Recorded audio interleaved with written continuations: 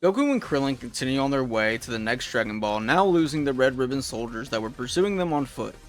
As the hover car gets closer to the Dragon Ball, they notice the climate has changed drastically, with the temperature now reaching below zero. The two of them look down trying to find the nearest town in hope of seeking shelter or getting new clothes. As they do so, they try to land the hover car with them being nearly frozen solid. They are able to walk for a while before barely making it outside of the town and collapsing in the snow. Luckily, there was a small girl with a sled looking for firewood who happens upon the two of them. She drops all of her firewood off and loads Goku and Krillin into her sled into her house. Her mother and her help the boys into the house and put them in front of the fireplace. And after a few minutes, Goku and Krillin are able to thaw themselves out and thank the family for helping them. They pull out the Dragon Radar and it shows that the Dragon Ball is just outside of the town. They ask the girl her name and if they know anything about the location that the radar shows. Suno tells them that they have no chance of getting in there because Muscle Tower is owned by the Red Ribbon Army. Krillin, trying to show off to the girl, says that they have already beat up several of these so-called army members, so it will be a breeze to get through Muscle Tower. Upon hearing this, she asks if that's true, and if so, could they help their mayor who has been gone for days now. Krillin says that he would gladly do anything for Suno, with her giggling and thanking Krillin. Before they leave, Suno and her mother give the two of them a change in clothes to help them get used to the cold climate. Krillin then leads Goku outside where they rush out towards the first level of Muscle Tower.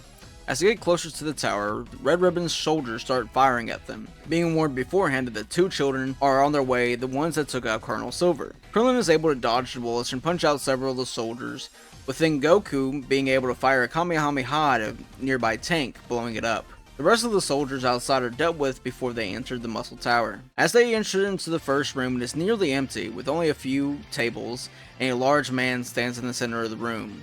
A giant calling himself Major Metallitron, and he tells the boys that they will now die as he throws both of his fists down towards them. Krillin then starts turning around the giant, calling him names to get his attention, as Goku, seeing his chance, jumps onto Major Metallitron's back before the giant is able to notice Goku. It is too late as he throws a punch at his head, knocking the giant to the ground. Goku yells out as his hand is now throbbing in pain, feeling like he just hit a car. Major Metallitron gets up and aims both of his fists at Goku, firing his hands out towards the boy. With him being too surprised and too worried about his new injury, and is pelted with both of the metal hands. Krillin, seeing that he is now focused on Goku, pulls back his hands doing a recognizable motion as he fires off a Kamehameha. He is able to fire off a small beam much like Goku's first, with it being able to destroy one of the android's legs. We see this over a monitor as General White and the Ninja Murasaki are outraged that Major Metallitron was taken out so easily. Ninja Murasaki tells the general that they won't be able to get it past his floor as he turns into a cloud of smoke. Goku and Krillin are surprised as they enter the next floor, seeing how the environment has starkly changed and now looks like a nice garden. They see a small house in the center where they smell something nice coming from outside the window. The two of them rush inside where they see a pot of tea and some sandwiches on the table. The two of them quickly devour all of it, not leaving anything. As they finish this, Ninja Murasaki walks in thinking that he has time, and then sees the two of them had eaten all of his lunch. He instantly uses his duplication technique and launches several attacks at them both. Being too full, the two of them are barely able to dodge every one of these attacks, running outside into the open. After running off their meal, they are able to counterattack Ninja Murasaki, being able to take out each one of them, with them not even learning that they were a group of brothers and not even clones. Goku and Krillin enter the next room where they unknowingly have entered a maze. They run around for a while until they think there is no way out of the room. This is until Krillin sits down thinking that they need to think, and Goku asks who is behind him. Krillin turns around and screams, thinking there is a monster behind him, and jumps back behind Goku. Goku says hello to the large person, with him greeting himself, calling himself Ader, also known as Android 8.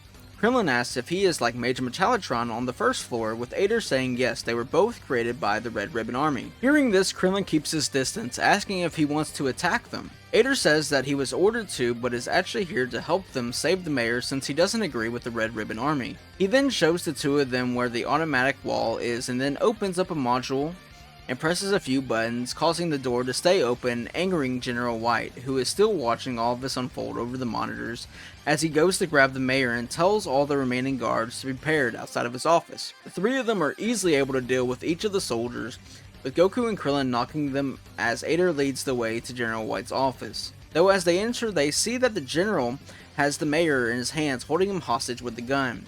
telling the boys to back away and for Ader to go back to the laboratory for readjusting, or he will deactivate him. Ader, not being able to go against the general, backs away, and Goku and Krillin move to where White tells them, making sure to keep their eyes on the mayor and him at all times. White then presses down on a button on the ground, releasing the floor under Goku and Krillin, landing them into the dungeon down below. As the boys drop down into the dungeon, they see a large metal door starting to open, releasing a large pink monster. Over the intercom, General White says that they did good to get here, but Bunyan will kill them both. Krillin is scared of the beast, with Goku launching an attack, which is easily deflected by the monster's large jiggly body. They then try to launch a double Kamehameha at the beast, but is also deflected. The two Turtle School students are surprised that their school's technique isn't enough to defeat Bunyan. They then both try to kick at the monster, with Krillin bouncing off to the floor and Goku hitting the wall, making a crack in the wall. This causes a breeze to come through, with Bunyan quickly moving away from the wall, with Goku thinking up a plan. He gets Krillin and the two of them destroy the wall, which brings in the freezing air. This causes Bunyan to freeze in place, with the two Turtle students cheering. Goku and Krillin jump back through the hole they came down in, surprising General White and the mayor. General White quickly grabs his hyper gun, pointing it at the mayor, and threatens his life. He tells the two of them if they want the mayor to live, they need to turn around and kneel down. Not wanting to bring harm to the mayor, Goku and Krillin comply. But before the bullet is able to reach either of them, Ader jumps in between them. He is enraged that he shot at his new friends, getting closer to the general. The general is scared of the large metal brute letting go of the mayor. Seeing their chance, Krillin grabs the mayor as Goku and Ader send the general flying through the top story of Muscle Tower. The group leave Muscle Tower, heading back to Tsuno's house, with her family being surprised that they were able to take out the entire outpost. Goku asks if they can have something to eat, saying all of that fighting made him really hungry. Tsuno's mom said that she was already making dinner, so making a few more plates would be easy. After dinner, Goku asked if the townsfolk found the Dragon Ball, with Tsuno's father saying sadly they have never found it. This is quickly solved once Ader pulls out a small orange ball out of his pocket, asking if Goku means this. Krillin says that's it as he pulls out the other one that they got earlier, asking when Ader could have found it and why he didn't give it to the Red Ribbon Army. Ader said he found it one day on one of his walks and knew the Red Ribbon said that they would eliminate the entire town once they found it, so he decided to keep it secret. In the morning, Goku and Krillin load up into their hover car with all the food the town had given them. The mayor says that he is sad they couldn't give him any more, with Goku saying that this is all they need. Tsuno and Ader come to see their friends off, with Ader saying he's going to miss his new friends who saved him. Tsuno then thanks the two of them, with her giving Krillin a kiss on the cheek, causing the monk to turn red. They wave goodbye as they start their course to the next Dragon Ball. We then are back in Red Ribbon HQ with another soldier running into the main room trying to get Commander Red's attention. He is watching the radar sensors, seeing where his second stolen Dragon Ball is going. The soldier says that General White was able to get pictures of the enemy before being taken out, with him handing the commander two pictures. The picture shows both Goku and Krillin in their winter clothes running through the base. Commander Red is outraged that the two children are the ones taking out his army. He yells at the soldier to send these pictures to every outpost and kill on sight if they come to take any more of his Dragon Balls. Shortly after, we see these pictures come out of a printer with a tall blonde-haired soldier pulling them out of a tray. He is informed that the two are heading to his base and have previously stolen two of their Dragon Balls. General Blue says that they will be ready as he orders the troops outside. Finally, we rejoin Goku and Krillin, now getting closer to the Dragon Ball, but they are confused as the glass dome starts to come over them. Krillin asks Goku if he pressed any button by accident, with Goku saying he hasn't touched anything, as they go under the water. They didn't realize the Dragon Ball must be underwater as they go deeper, reaching the cave opening.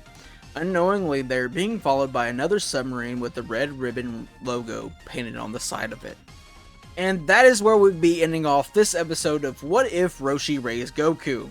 With Goku and Krillin being able to deal with General Blue and get another Dragon Ball, what will the two of them wish for once all these Dragon Balls are collected? Find out next time.